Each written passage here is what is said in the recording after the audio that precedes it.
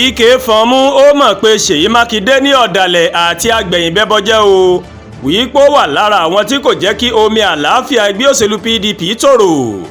Rògbòdìyàn tó máa ń lọ nínú ẹgbẹ́ òṣèlú People's Democratic Party PDP ó mọ̀ tó gba ọ̀nà mìíràn yọ báyìí nígbà tí Nyemsom Wike tí ń ṣe mínísítà fún olú-ìlú lẹwa ìyẹn Àbújá o. Òun ló ní òun mọ̀ ti yọwọ́ kúrò nínú àdéhùn wíwá ojútùú sí ìṣòro ẹgbẹ́ náà.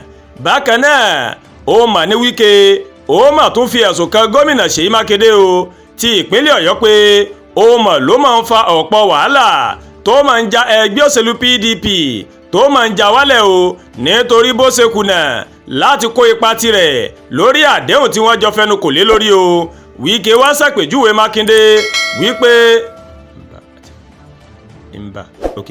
Wike wá ṣàpèjúwe Makinde Imba àti àwọn míì nínú ẹgbẹ́ òṣèlú PDP gẹ́gẹ́ bí ọ̀dàlẹ̀ nínú àtẹ̀jáde kan tí Wike máa gbé sójú òpó ayélujára X rẹ̀. Òun ló ní gómìnà ìpínlẹ̀ Rivers tẹ́lẹ̀ náà ó ti fẹ̀sùn kan àwọn àgbààgbà nínú àtẹ̀jáde kan tí Wike gbé sójú òpó ayélujára X ní gómìnà ìpínlẹ̀ Rivers tẹ́lẹ̀ náà ó mà ló mà ti fi ẹ̀sùn kan àwọn àgbààgbà ẹgbẹ́ òṣèlú PDP bíi gómìnà ìpínlẹ̀ Enugu Peter Imba tó ṣàpèjúwe wọn gẹ́gẹ́ bí ọ̀dàlẹ̀ aláìlóòótọ́ àti àwọn ẹ̀sùn míì tó ní í ṣe pẹ̀lú yíyẹ àdéhùn. Orísun rògbòdìyàn tó máa ń lọ nínú ẹgbẹ́ òṣèlú ó mà ló má bẹ̀rẹ̀ lẹ́yìn ètò ìdìbò ọdún 2023 bí mínísítà ọ̀hún tó sì ṣe ìlérí pé òun kò ní jáwọ́ o nínú ìjà títí tí òun yóò fi rí ìdájọ́ òdodo gbà.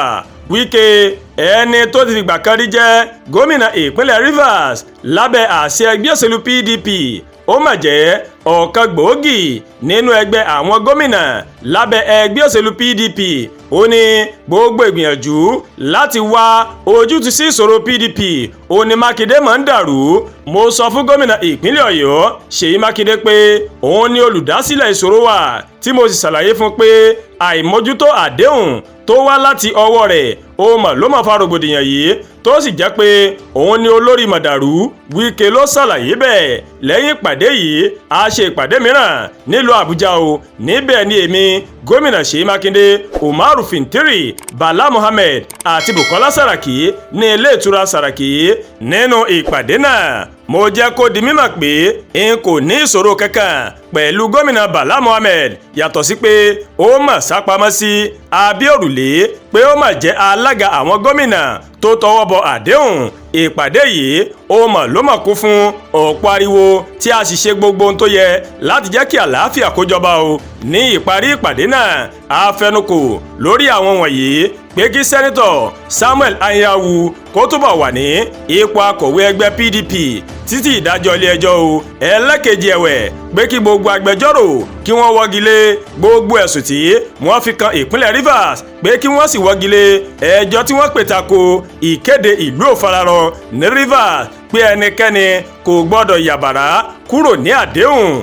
Lẹ́yìn gbogbo èyí Wike ní wọ́n mọ̀ bẹ́ òun pé kí òun lọ fún ìpàdé ní ilé ìjọba ní ìpínlẹ̀ Bauchi o tí a sì yan ìgbìmọ̀ tí H.E. Bukolasaraki tó jẹ́ olórí fún láti yanjú aáwọ̀ ẹgbẹ́ òṣèlú PDP.